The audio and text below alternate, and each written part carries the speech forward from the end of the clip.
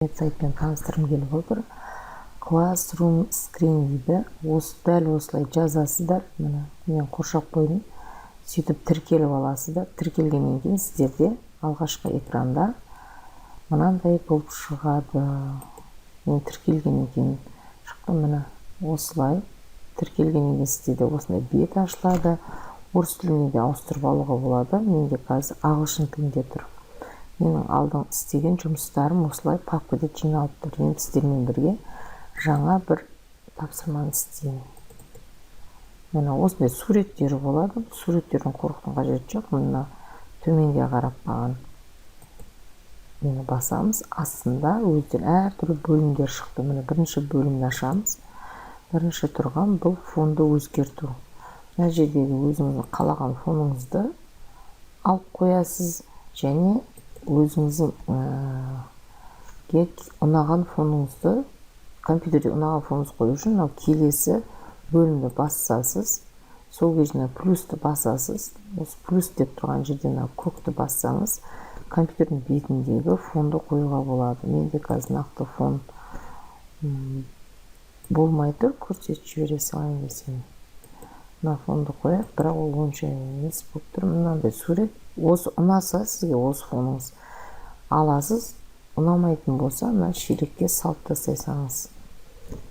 Мен келесі бетке көшемін. Мен өзімнің фонын пайдаланғым келіп отыр сізге. Және астында жай қарапайым фондар бар. Мына осындай таза тақталар бар. Мына фонды пайдаланайын. Яғни біріншісі бұл фон қоюға арналған. Екінші, бұл жерде 3 тапсырма бойынша жұмыс жасауымызға болады. Мысалы, бірінші тапсырма бойынша тест құрастыруға болады. Жазасыз тест құрастыр. Тесттің сосын жауаптарын жазасыз. Мен енді асығып жазып атым. Арнайы дайындап, асықпай істесеңіздер керемет. Мен 3 жауапты алдым. Енді 4-ші Г жазылмай тұр. Оны керек болмаса жәшікке салып тастаңыз. Ал егер сізге керек болып жатса, плюсті бассаңыз, көбейе береді астына. Керек жоқ болса, осылай жәшікке салыңыз да 3 қана жауаппен қалыңыз. Енді сіздерде алғаш рет мына жер қызыл болып тұрады ашылғанда. Қызыл болып тұрса, астындағылар көрінбейді жауаптар. Сол үшін бұны бұлай ашып қойыңыздар. Астында жауаптар көрінеді. Енді келесі екінші қатарда өзгеріп тұрады. Шрифттар өзгеріп тұрады. Маған қойып қоя салайын. Түсі өзгеріп тұр. Осылай өзіңіз зерттеп көрсеңіздер болады. Келесі қанша оқушы жауап бергеннің диаграммасын көрсетеді. Мұны бай жылжыта беруге де болады. Дөңгелек. Қайсы мысалы осыны алайын. Ары қарап, осының бетіндегі фонды өзгерте аласыз. Мысалы жасыл. Анық көрінбей қалды, сары қояйын, жасыл. Қалағаныңызды қоя бересіз бұл жерде. Ешқандай жоқ. Енді мынаны басамыз. Қазір мысалы тақтаға шығады. Мысалы топпен жұмыс жасағанда, сол топта 5 оқушы болады. 5 оқушы мына жауаптарын кез келген біреуін басады. Мысалы біреу А-ны басты. Мынаны А-ны басты. Қанша оқушы қанша нәрсені басты және осының қанша оқушы жауап берді. 11 оқушы деп тұр мына жерде. Мынаны үлкейтіп қазір көрсетейін. Мынаны жауап тастай саламыз. Мынаны да жауап тастай саласыздар. Астына жиналып тұрады. Тақтада үлкен қылып ашамыз. Осы жауапқа 11 оқушы жауап беріпті. Оның 3-еуі сарыға жауап беріпті, 3-еуі көк түске, жасыл түске, 5-еуі деген сияқты осылай кете береді. Мынаны әрқайсысын басқан сайын жауаптан цифр шыға береді. Топпен енді өзіңіздің неңізге қарап, әдісіңізге қарап жинақтасаңыз болады. Бұл бірі.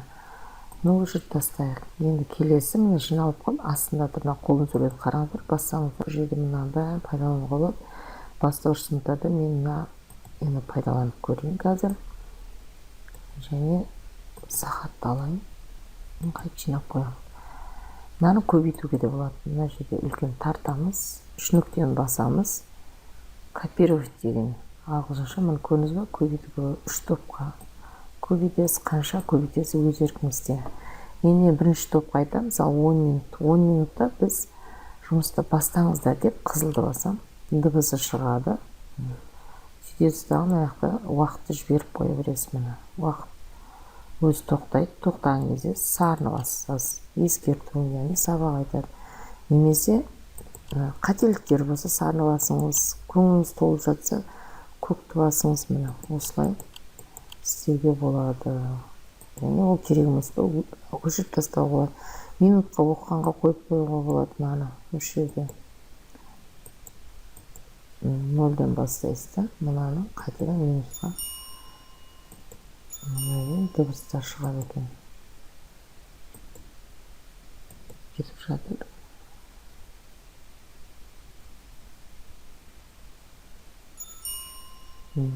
Өзі дыбыс береді осылай. Плюс, минус, осы жерде минус, плюс, негізгі қарап, осылай өзгерте бересіз.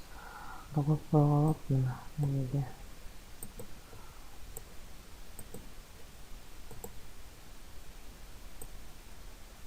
Екіден 18-ге ұшып тастайық. Сурет салуға да болады. Бірдеңені түсіндіріңіз келсе, ұшып тастайық. Мына сурет сала. Ұшып тастайық. Карандашпен мен көшіргіш бар екен. Қолмен көрсетіп отырамыз. Керек жоқ болса қайтып түсін басасыз, кетіп қалады.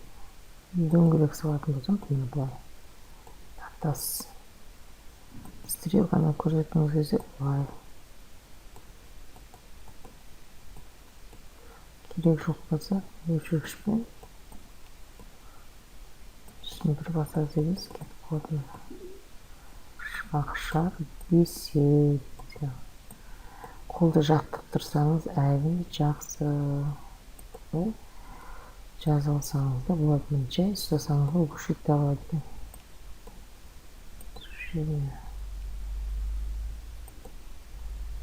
Тақтаны пайдаланып кете береді. Стрелка.